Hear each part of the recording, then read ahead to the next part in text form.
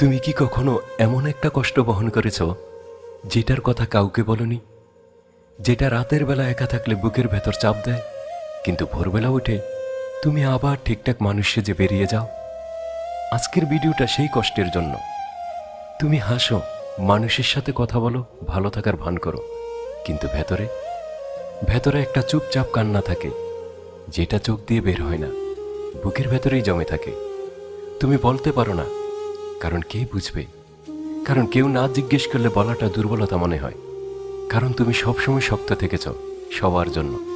কিন্তু আজকে একটু বলো, শুধু নিজেকে বলো, তুমি কি ক্লান্ত? শুধু শরীরের ক্লান্তি না, সেই ক্লান্তি যখন কেউ কাছে থেকে দূরে চলে যায়, যখন মানুষ বোঝে না কিন্তু বোঝার ভান করে, যখন তুমি সাহায্য চাও কিন্তু মুখ ফুটে চাইতে পারো না। এই ক্লান্তির একটা নাম আছে, এর নাম নীরব ব্যথা। এটা চিৎকার করে না, এটা কাঁদে না, এটা শুধু থাকে। ভোরবেলা উঠলে থাকে, রাতে ঘুমানোর আগে থাকে, ভিড়ের মাঝেও থাকে। তুমি হয়তো ভেবেছ এটা সময়ের সাথে চলে যাবে, কিন্তু চায় না। কারণ তুমি কখনো এটাকে বলতে দাওনি, মুক্তি দাওনি। একটা কথা বলি, যেই নদী কাঁদতে পারে না সে ভেতরে ভেতরে ভাঙে, যে মানুষ বলতে পারে না সে ভেতরে ভেতরে একা হয়ে যায়। তুমি একা না, কিন্তু নিজেকে একা করে ফেলেছ। তুমি জানো সেই অনুভূতি, যখন একটা গান বাজে আর মনে হয় এই গানটা শুধু তোমার জন্যই লেখা, যখন কেউ দূরে থেকেও মনে থাকে আর মনে থেকেও দূরে চলে যায়, যখন ভালোবাসার মানুষটা একদিন শুধু অভ্যাসে পরিণত হয়ে যায়। এই মায়াটাকে কাটানো যায় না তাড়াতাড়ি, কিন্তু একটু একটু করে ছাড়া যায়।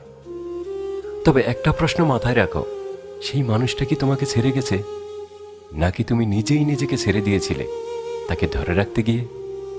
এই প্রশ্নের উত্তর একটু পরেই বলবো। আগে আরেকটা কথা বলি, তুমি কি জানো একাকিত্ব আর একা থাকা এক জিনিস না? একা থাকা মানে পাশে কেউ নেই, একাকিত্ব মানে পাশে সবাই আছে তবুও কেউ নেই। তুমি কোনটার মধ্যে আছো? আমি জানি তুমি দ্বিতীয়টায় আছো। সবাই আছে তবুও মনে হচ্ছে কেউ নেই। এই অনুভূতিটা দুর্বল না, এটা প্রমাণ করে তুমি গভীরভাবে অনুভব করতে পারো। যারা গভীরভাবে অনুভব করে তারাই সবচেয়ে বেশি একা হয়, আর তারাই একদিন সবচেয়ে শক্ত হয়ে ওঠে। একটু আগে জিজ্ঞেস করেছিলাম, সে কি তোমাকে ছেড়ে গেছে নাকি তুমি নিজেকে ছেড়ে দিয়েছিলে? উত্তর হলো দুটোই। সে চলে গেছে, কিন্তু তুমিও নিজেকে হারিয়ে ফেলেছিলে তার ভেতরে, তার কথায়, তার ইচ্ছায়, তার সময়ে। তুমি নিজেকে ভুলে গিয়েছিলে, আর এখন সে নেই, তুমিও নেই, পুরনো তুমি। কিন্তু জানো কি, এই না থাকাটাই নতুন শুরু। মায়া কাটানো মানে ভুলে যাওয়া না, মায়া কাটানো মানে সেই স্মৃতিগুলো বুকে রেখে তবুও সামনে হাঁটা। যে মানুষ চলে গেছে সে তোমার ভবিষ্যৎ না, সে তোমার অতীত। আর অতীত বাস করলে বর্তমানটাও নষ্ট হয়ে যায়। নিজেকে একটা কথা বলো আজকে, শুধু একটা কথা, আমি ঠিক আছি। আমি একা হলেও শেষ না, আমার গল্প এখানেই শেষ না। মন খারাপের দিনে কি করবে? হেডফোন দাও, চোখ বন্ধ করো, একটা গান শোনো যেটা তোমার মনের কথা বলে। নিজেকে বলো এই কষ্টটাও কেটে যাবে, কারণ সব কষ্টই একদিন কেটে যায়। এমন কোনো রাত নেই যার শেষে ভোর আসেনি, এমন কোনো কান্না নেই যার শেষে একটু হাসি নেই। তুমি এখন যে রাতে আছো, এই রাতেরও শেষ আছে। একটা কথা বলি, যেটা হয়তো আগে কেউ বলেনি, তোমার এই একাকিত্ব, এই না বলা কষ্ট, এই নীরব ব্যথা, এটাই তোমাকে একদিন অনেক শক্তিশালী করবে। কারণ যে মানুষ কষ্ট চেনে সে মানুষের কষ্টও চিনতে পারে, আর যে মানুষের কষ্ট চেনে সে কখনো খারাপ মানুষ হয় না। তুমি ভালো মানুষ, শুধু ক্লান্ত। আর ক্লান্তি কাটে একটু ঘুম, একটু নিঃশ্বাস, একটু সময়ে।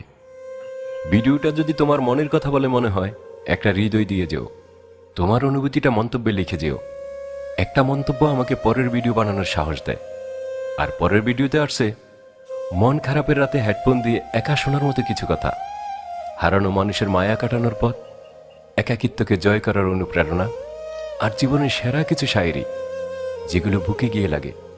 সেই ভিডিওটা মিস করো না। নীরব সত্য চ্যানেলটি সাবস্ক্রাইব করে নোটিফিকেশন অন করে রাখো। আমি আছি তোমার পাশে।